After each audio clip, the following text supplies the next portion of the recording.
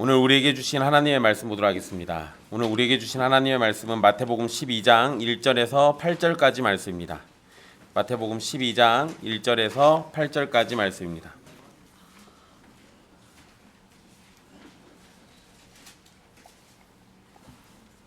귀하신 하나님의 말씀 받들어서 읽도록 하겠습니다. 그때 예수께서 안식일에 밀밭 사이로 가실새 제자들이 시장하여 이삭을 잘라 먹으니 바리새인들이 보고 예수께 말하되 보시오 당신의 제자들이 안식일에 하지 못할 일을 하나이다. 예수께서 이르시되 다윗이 자기와 그 함께한 자들이 시장할 때 한 일을 읽지 못하였느냐. 그가 하나님의 전에 들어가서 제사장 외에는 자기나 그 함께한 자들이 먹어서는 안 되는 진설병을 먹지 아니하였느냐. 또 안식일에 제사장들이 성전 안에서 안식을 범하여도 죄가 없음을 너희가 율법에서 읽지 못하였느냐. 내가 너희에게 이르노니 성전보다 더 큰 이가 여기 있느니라. 나는 자비를 원하고 제사를 원하지 아니하노라 하신 뜻을 너희가 알았더라면 무죄한 자를 정죄하지 아니하였으리라. 인자는 안식일의 주인이니라 하시니라. 아멘. 이 말씀은 살아계신 하나님의 말씀입니다. 지난 4주 동안 우리 탕자의 비유를 살피면서 회개, 구원, 그리고 수고하고 무거운 짐진 자들에게 진정한 안식과 기쁨을 주시는 삼위 하나님의 은혜와 사랑에 관한 내용을 살펴봤습니다. 둘째 아들에게 넘치는 은혜와 사랑을 주신 아버지는 첫째 아들에게도 마찬가지로 자비와 온유함으로 사랑을 베풀어 주셨습니다. 하나님께서는 회개하고 돌아오는 죄인을 용서하고 구원해 주십니다. 마찬가지로 여전히 자신이 죄인인 줄 모르는 죄인들이 죄를 깨닫고 돌아오기를 기다리고 계십니다. 그러한 은혜가 첫째 아들과 둘째 아들뿐만 아니라 우리에게도 있음을 기억하십시오. 오늘 말씀은 마태복음 11장 마지막에 말씀하셨던 수고하고 무거운 짐진 자들에게 진정한 안식과 쉼을 주시는 예수 그리스도의 일하심을 보여주는 실제 사건입니다. 이 재미나게도 11장 28절에 수고하고 무거운 짐진 자들아 다 내게로 오라 내가 너희를 쉬게 하리라 라고 얘기하셨어요. 그러면서 내 멍에는 쉽고 내 짐은 가볍다 라고 30절에 얘기하셨는데, 그러고 나서 연달아 기록된 마태복음의 내용은 안식일과 관련된 사건 두 가지입니다. 그러니까 이건 의도가 있었던 건데요. 수고하고 무거운 짐진 자들아 내게로 오라 라고 하면서 어떤 진짜 수고하고 무거운 짐이 있다라는 거예요. 그래서 그거의 실제적 사건이 이 두 가지, 안식일 규정과 관련된 이 두 가지 사건인데 비교를 하는 겁니다. 안식일이라는 무거운 짐을 지어주는 사람들과 안식일이라는 그 짐이 가볍게 되도록 만들어주시는 예수 그리스도를 비교하는 겁니다. 그러니까 우린 2주 동안 이 내용들을 살피면서 수고하고 무거운 우리의 짐을 내려주시도록 해주시는 우리 주 예수 그리스도, 또 우리와 함께 멍에를 매셔서 그것이 쉽고 가볍게 만들어주시는 예수 그리스도를 보게 될 겁니다.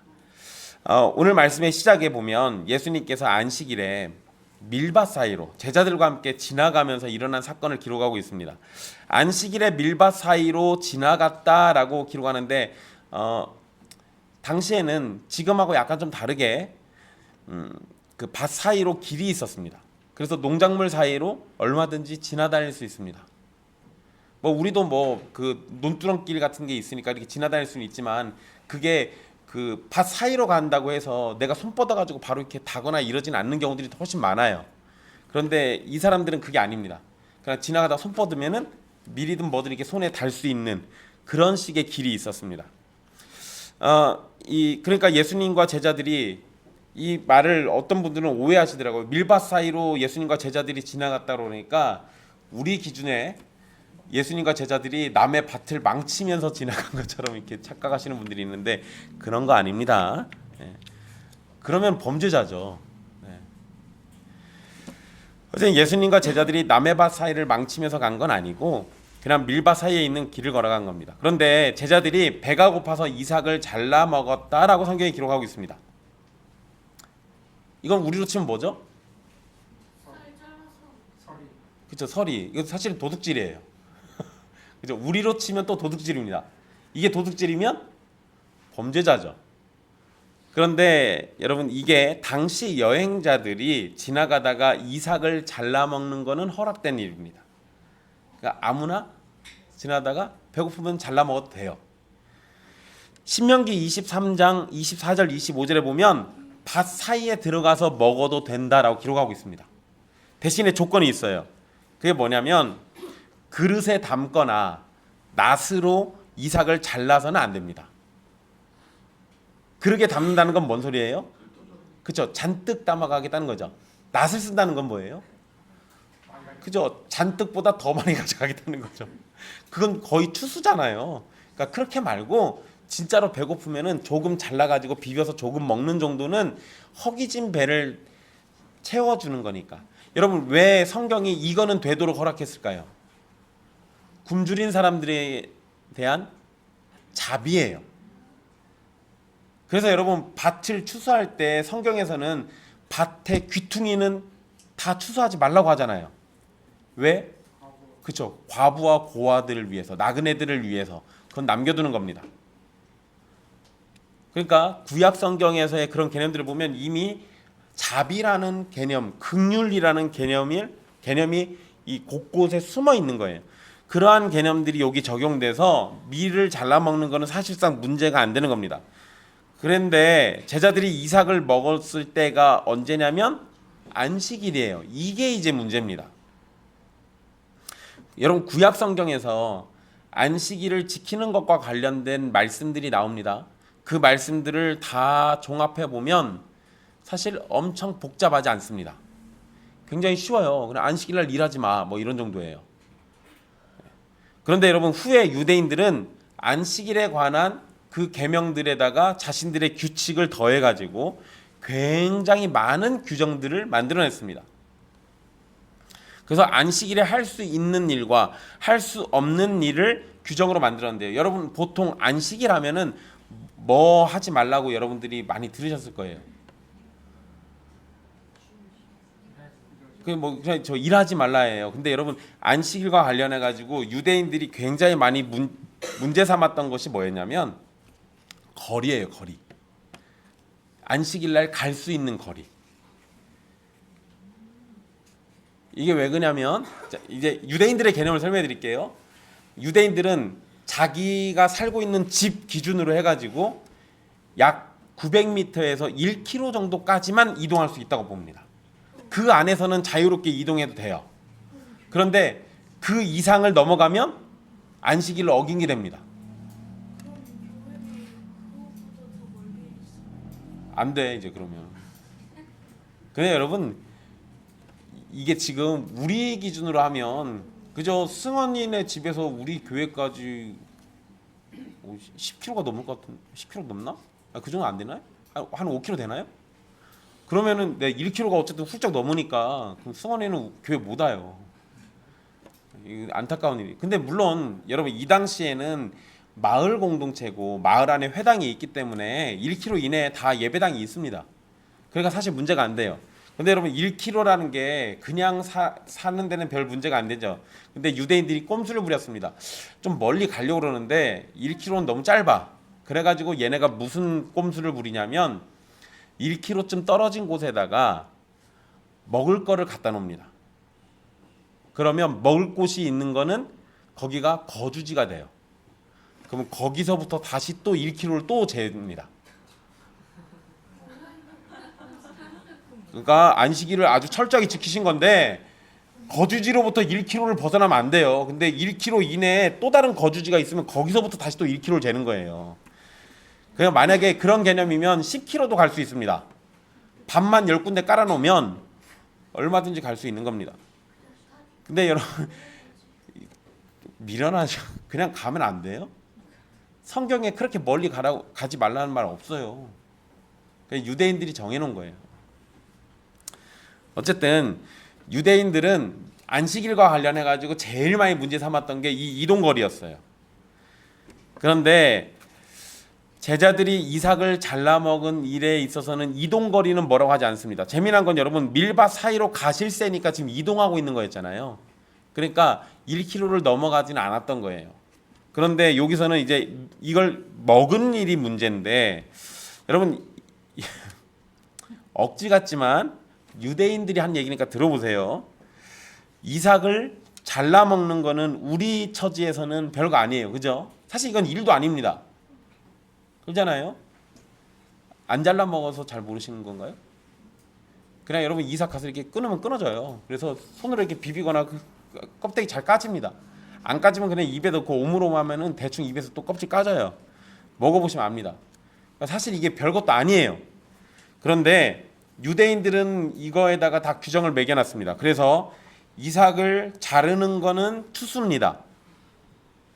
껍질을 벗기면 타작 행위예요. 그러니까 유대인들이 만든 안식일 규정에는 제자들이 안식일에 일을 하지 말아야 하는데 두 가지 일을 한 겁니다. 추수하고 타작한 일을 한 거예요.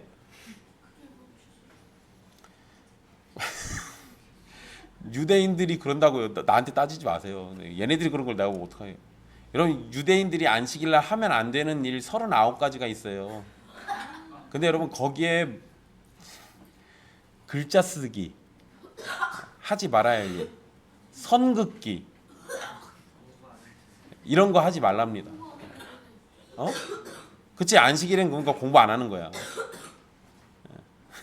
뭐 그거 말고도 기상천외한 거 많습니다. 뭐 양털 깎기, 양털 빨지 말기 뭐 이런 거 있습니다. 어쨌든 유대인들이 그런 걸 정해놨어요. 근데 여러분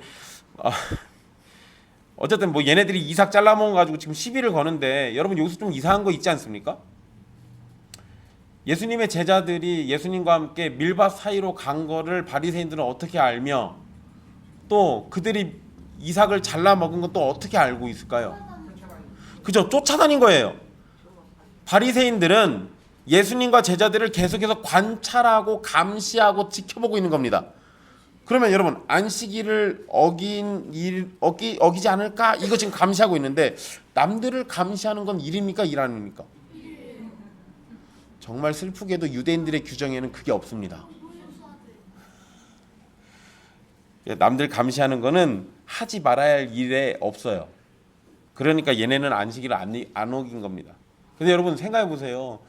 아니 안식하라는 날에 안식 안 하고 남들이 죄질까 싶어가지고 그 쫓아다니면서 감시하고 있는 거 그야말로 진짜 나쁜 짓 아니에요? 그게 더 일이지. 그런데 그거는 죄가 아니고 이삭을 잘라먹은 건 죄라고 지금 얘기하는 겁니다. 바리새인들의 행동은 예수님이 11장 28절에서 말씀하신 것처럼 수고하고 무거운 짐을 지우는 것과 똑같은 겁니다.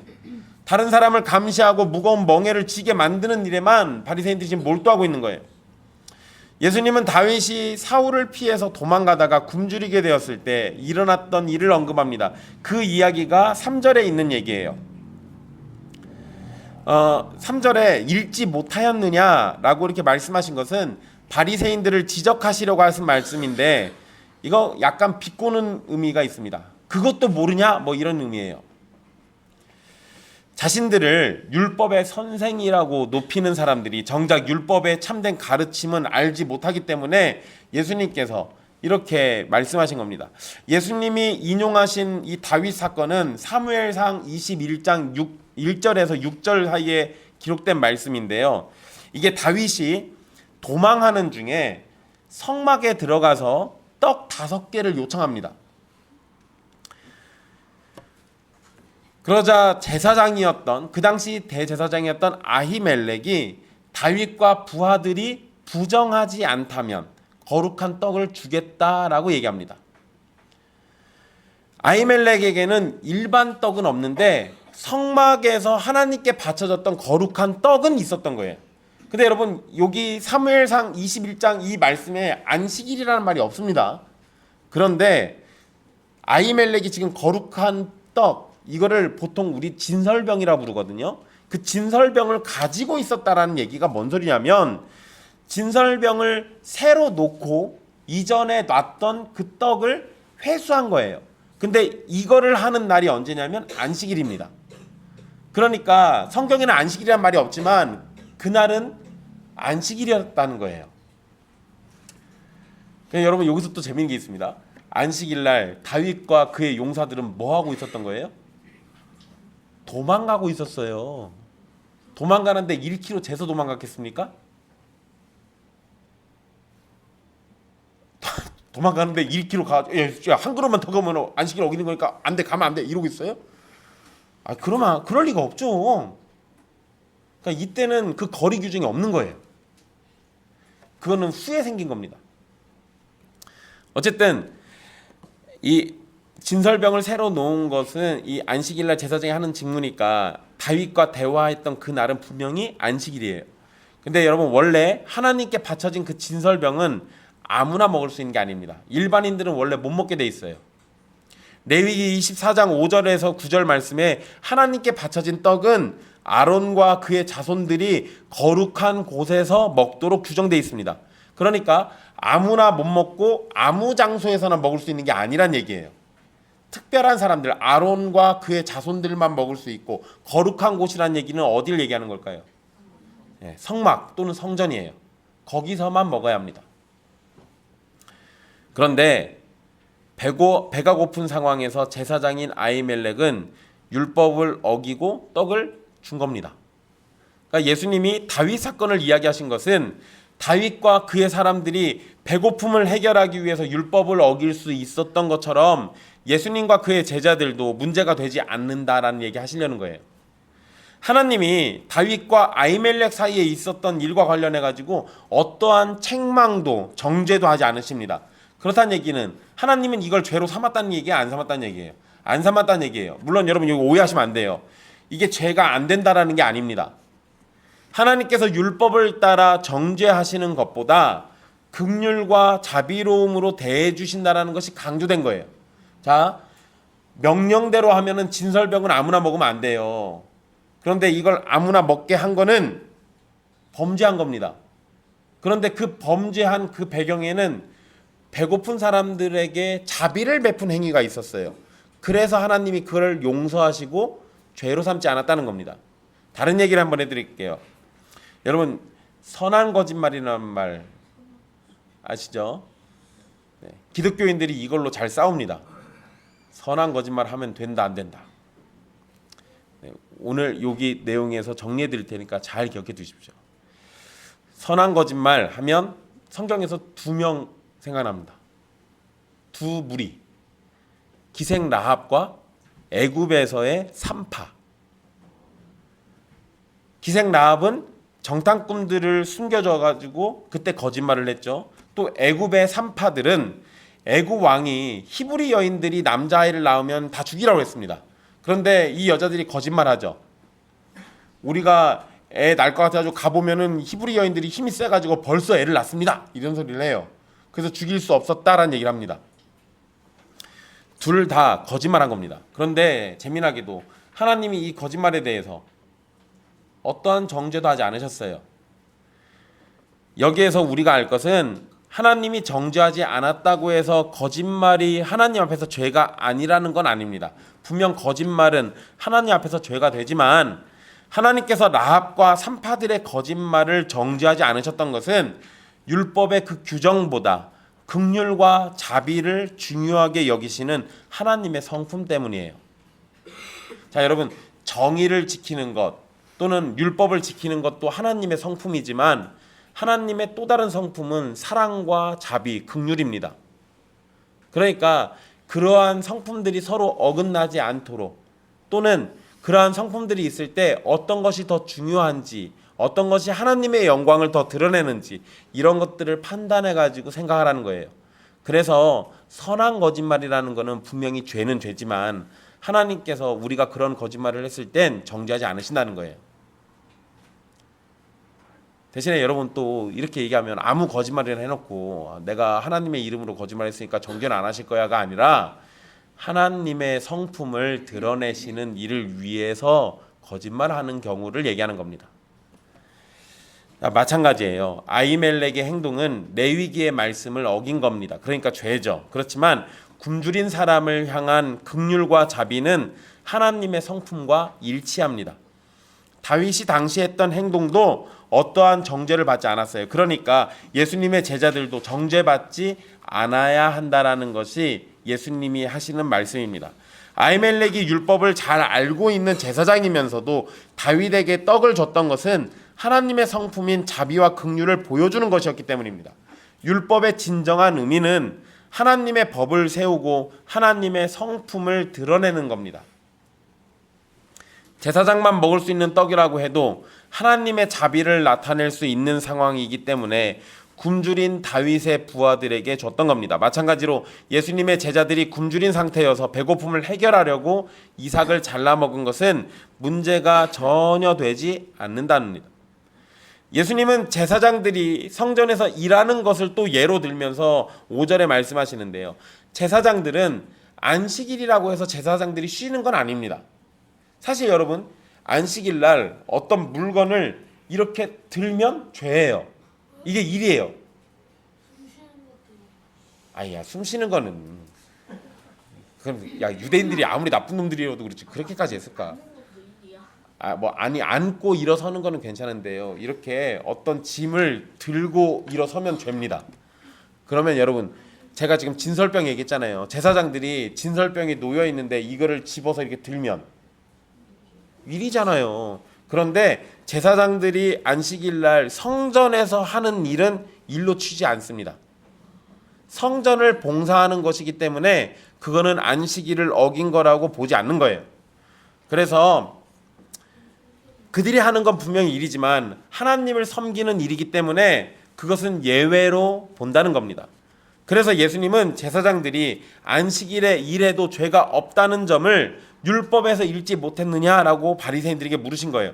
그러면서 예수님이 뭐라고 하셨냐면 성전보다 더 큰 이가 여기 있다라고 말씀하셨어요. 그러면서 제자들이 이삭을 잘라 먹은 건 죄가 되지 않는다라고 얘기하시는 겁니다. 자, 여기에서 성전보다 더 큰 이는 누굴까요? 예수님을 얘기하는 거죠. 여기서 성전보다 더 큰 이, 예수님 얘기하는 겁니다. 그런데 여러분, 우리 성경에서는 더 큰 이라고 해서 사람을 가리키는 거잖아요. 근데 엄밀하게 헬라어를 보면 더 큰 이로 번역된 그 단어는 더 큰 것이라고 번역해야 돼요. 그러니까 사람을 가리키는 단어가 아니라 중성이라 사람 또는 물건을 가리키는 의미입니다. 그래서 그냥 더 큰 것이라고 하는 게 맞아요. 근데 더 큰 것이라고 해버리면 예수님이 아니죠. 그죠? 근데 우리 성경이 예수님이라고 예측되도록 더 큰 어떤 사람으로 이렇게 얘기한 거는 의역해서 그런 건데요. 성전보다 더 큰 권위가 여기 있다는 의미로 하나님이신 예수님의 권위를 말한 걸로 이해할 수 있습니다. 그러니까 그냥 더 큰 분, 더 큰 이 이렇게 얘기한 거예요. 또 안식일에 성전에서 봉사 그리고 또 이 더 큰이나 더 큰 이 또는 더 큰 것이라고 할 때 이게 다 모두 예수님과 연결돼 가지고 이해할 수 있거든요. 그리고 더 큰 것이라고 할 때 우리가 한 가지 더 생각할 수 있는 거는 지금 예수님이 성전에서 봉사하는 제사장들 얘기했잖아요. 그러면 더 큰 것이라고 할 때는 하나님 나라를 전파하는 제자들의 사역이라는 의미도 가능합니다. 그러면 안식일에 성전에서 봉사하는 제사장에게 죄가 없다면 성전보다 더 큰 분이신 예수님을 섬기는 일 또는 성전보다 더 큰 하나님의 나라를 섬기는 제자들은 더욱 죄가 없다는 의미입니다. 바리새인들은 예수님이 하시는 말씀을 이해하지 못했을 겁니다. 뭐? 성전보다 더 큰 분이 있다고? 유대인들 입장에서는 성전보다 더 큰 분은 한 분밖에 없어요. 하나님. 근데 지금 여기에 그분이 계신 거 아니잖아요. 그러니까 이런 얘기했을 때 바리새인들은 뭔 소리인지 이해를 못했거나 또는 만약에 이해를 했더라도 화가 났을 겁니다. 뭐? 목수의 아들인 내가 성전보다 더 크다고? 그러면은 예수님에 대한 악의가 더 생기겠죠. 그런데 예수님은 자신이 성전보다 더 큰 존재라고 말씀하시면서 이것은 자신이 약속된 메시아이자 하나님의 아들이시라는 사실을 더 드러낸 겁니다. 물론 바리새인들은 이런 진리를 받아들이지 않고 거부했습니다. 하지만 그들이 거부하는 것과 상관없이 예수님이 율법의 최종 권위를 가지신 분이시기 때문에 예수님이 제자들을 정죄하지 않는다면 바리새인들의 규칙과 전통이 무엇이든 예수님의 제자들을 정죄할 수 없다라는 거예요. 그리고 이런 말씀을 하시고 7절에 나는 자비를 원하고 제사를 원하지 아니하노라 라는 말씀을 하십니다. 예수님이 이전에 마태를 제자로 부르신 사건에서도 호세아 6장 6절을 인용하셔가지고 바리새인들을 꾸짖으신 일이 있어요. 당시에 의인을 부르러 온 것이 아니요 죄인을 부르러 왔노라 라고 말씀하시면서 그때도 긍휼을 원하고 제사를 원하지 않는다는 호세아 말씀을 인용했습니다. 바리새인들은 율법이 중요하니까 자비를 베푸는 일보다 율법을 지키는 것을 더 중요하게 여겼습니다. 그것을 예수님은 꾸짖으셨는데 안식일에 밀, 이삭을 잘라먹은 일에서도 바리새인들은 같은 잘못을 저지르고 있는 거예요. 그래서 7절에 같은 말씀 호세아 6장 6절을 인용하시면서 바리새인들을 지금 가르치고 계신 겁니다. 법을 지키는 것보다 자비를 베푸는 것이 더 큰 하나님의 뜻을 드러내는 일이라는 겁니다. 바리새인들에게 이 율법을 지키는 것이 목숨보다 중요한 일인지 몰라도 그것은 자신들의 생각이고 하나님의 생각은 자비를 베푸는 것이 더 중요하다는 겁니다. 만약에 율법을 지키는 것을 철저하게 하나님이 행하신다라고 하면 죄를 짓는 모든 사람은 죄를 짓는 순간 다 죽어야 마땅합니다. 그러나 하나님이 죄를 짓는다고 모두 죽이지 않으시는 것은 왜 그럴까요? 그렇죠. 거기에도 하나님의 자비가 주어져 있는 거예요. 그리고 그런 죄인들에게 계속해서 기회를 주고 계신 겁니다. 마찬가지로 우리가 율법을 지키는 것 자체가 중요하지 않다고 말씀드리는 게 아닙니다. 율법을 지키는 건 중요한 일이지만 우리가 더 중요하게 여겨야 할 것은 하나님의 자비를 드러내는 일이에요. 또한 안식일을 주신 목적도 하나님의 백성에게 안식일 준수라는 짐을 주시기 위함이 아니라 백성의 유익을 위해서 주신 것으로 안식일 준수는 자비라는 특징을 드러내야 합니다. 여러분 이렇게 쉽게 생각해 보세요. 하나님이 6일 동안 뭐 하라고 하셨죠?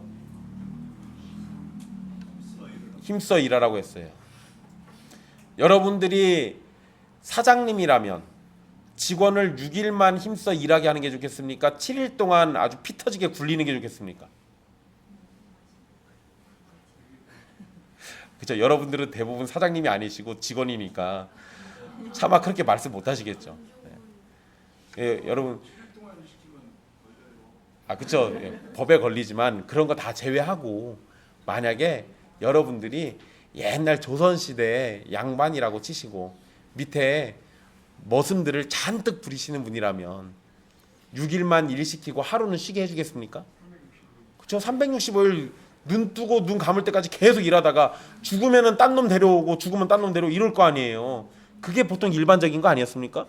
근데 여러분 왜 하필이면 7째 날 쉬라고 하신 거예요? 그것 자체가 자비예요.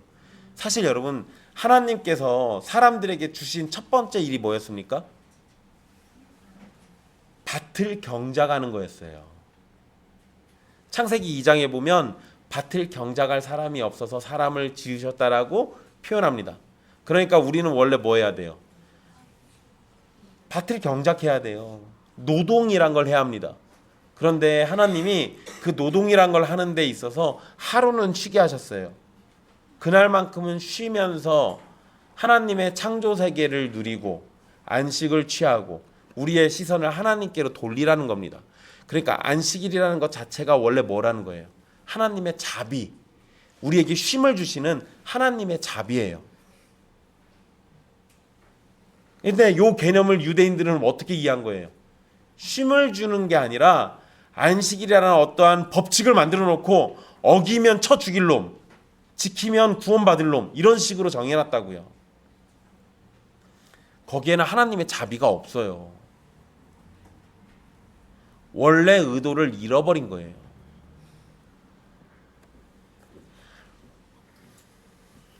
그래서 예수님께서 이 안식일 준수와 관련해 가지고 지금 이러한 말씀들을 우리에게 주신 겁니다.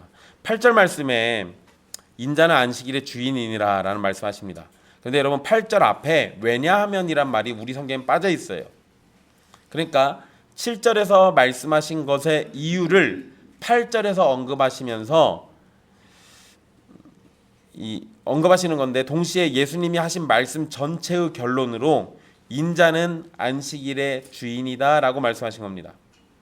인자이신 예수님이 안식일의 주인이라는 말씀은 단순히 안식일과 관련된 권위를 가지신 분이라는 의미만 있는 것이 아닙니다. 안식일은 하나님께서 창조와 함께 주신 율법이에요. 처음으로 사람에게 주셨던 율법은 동산 중앙에 있는 나무 열매 먹지 말라는 것. 그런데 그것과 함께 주신 율법이 바로 이 안식일이에요. 너희는 6일 동안 일하고 7일째 되는 날 쉬어라고 법을 주셨다고요. 그런 안식일의 주인이란 표현은 예수님께서 바로 하나님과 동등하신 권위를 가지셨다라는 것을 의미합니다. 구약에서 안식일의 주인은 하나님이십니다. 그런 하나님과 동등한 권위를 가지신 예수님이시기 때문에 예수님께서 제사보다 자비를 원하신다라고 말씀하신 것은 절대적인 권위를 가지고 있는 것이고, 성전보다 더 큰 이가 여기 있다는 말씀도 분명한 사실인 겁니다. 예수님께서 안식일 규정으로 제자들에게 짐과 멍에를 주시는 것이 아니라 예수님 안에서 쉼을 얻게 하시고 하나님의 자비를 얻게 하셨습니다. 예수님은 안식일을 없애시려는 것이 아니라 안식일의 참된 의미와 가치를 드러내시고 하나님의 백성이 예수 그리스도 안에서 참된 쉼을 얻을 수 있도록 말씀하고 계신 겁니다. 예수님께서 성전보다 더 큰 이가 여기 있느니라 라고 말씀하신 것은 존재론적으로 우리가 이해를 좀 해볼 필요가 있는데요. 예수님은 한 명의 사람으로 성전과 비교하신 것이 아니라 성전의 주인이신 하나님이시기 때문에 성전보다 더 큰 그러한 존재라고 말씀하신 겁니다. 그런데 단순히 이런 의미에서 성전보다 크신 분이라고만 말씀하신 것은 아니에요. 성전이 여러분 뭐 하는 곳이죠? 하나님께 예배하죠. 근데 왜 하필이면 거기서 예배해요?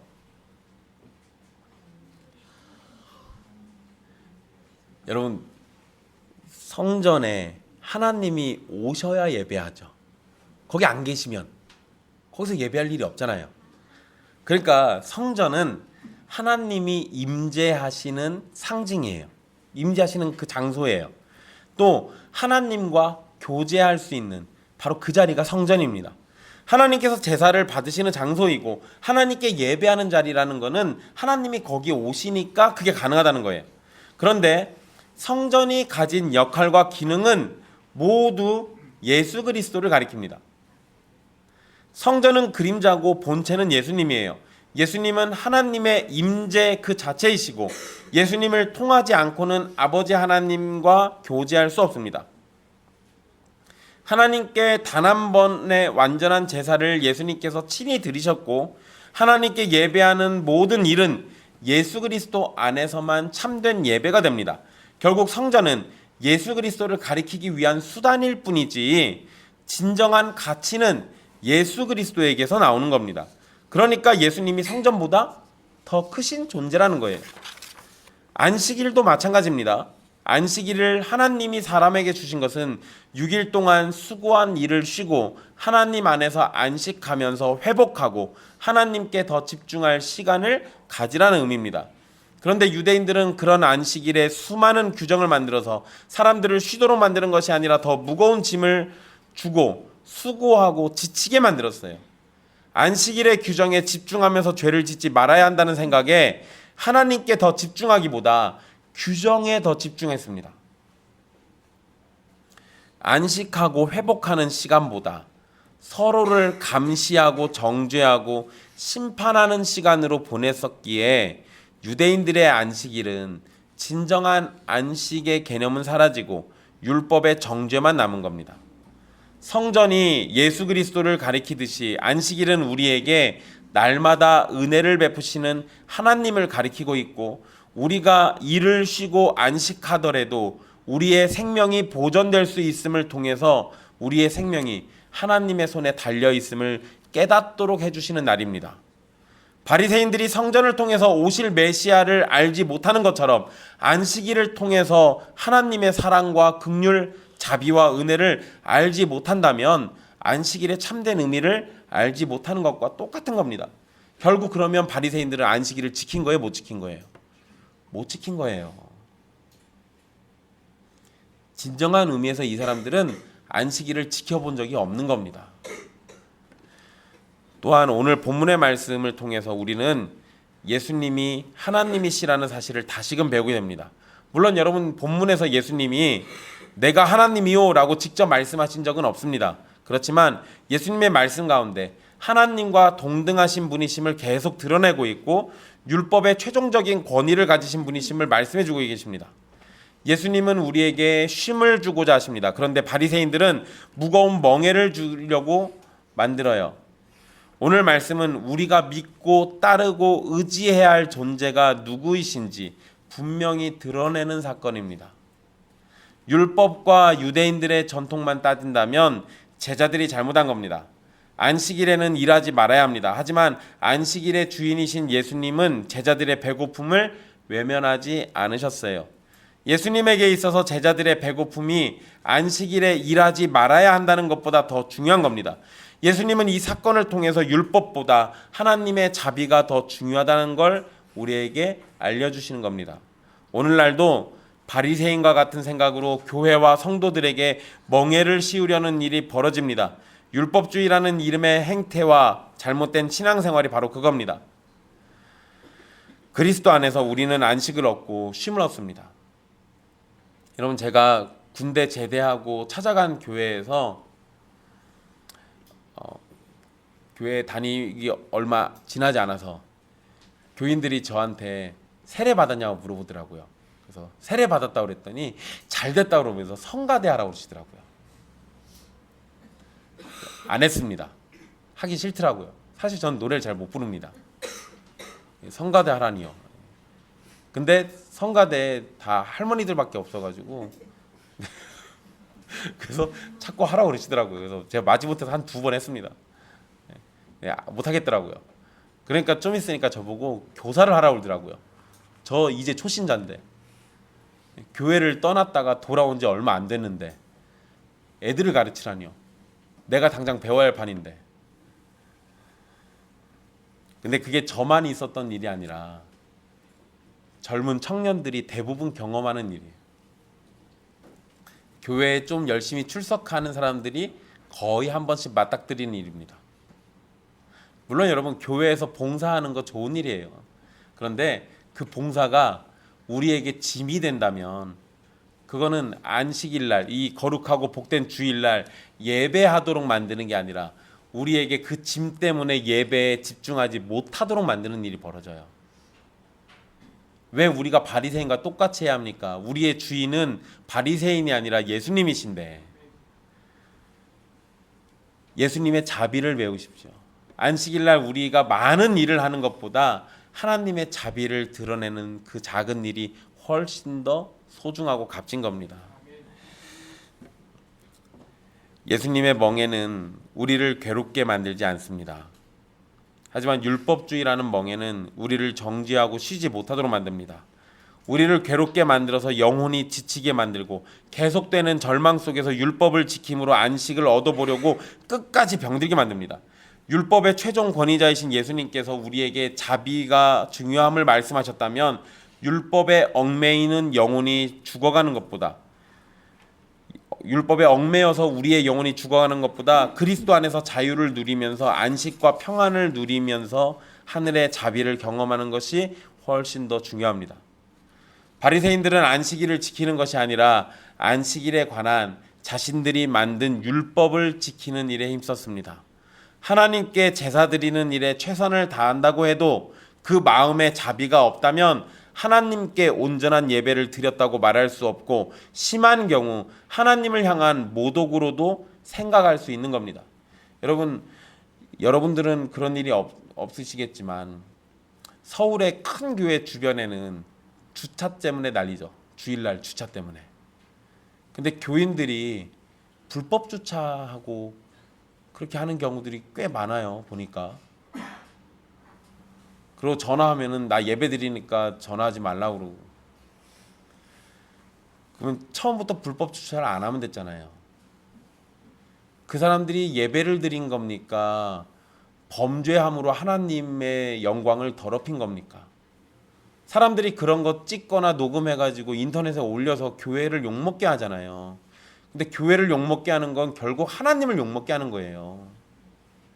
그러면 그 사람들이 주의를 진짜 거룩하게 지킨 겁니까? 아니면 주의를 지킨다는 이유로 하나님의 영광을 더럽힌 겁니까?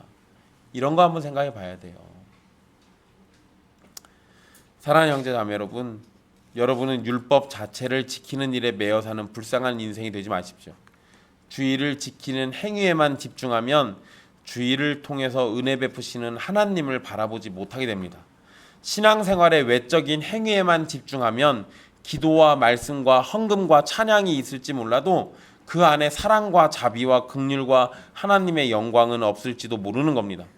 여러분의 믿음과 삶의 모습에서 하나님의 성품이 나타나게 되기를 간절히 바라겠습니다.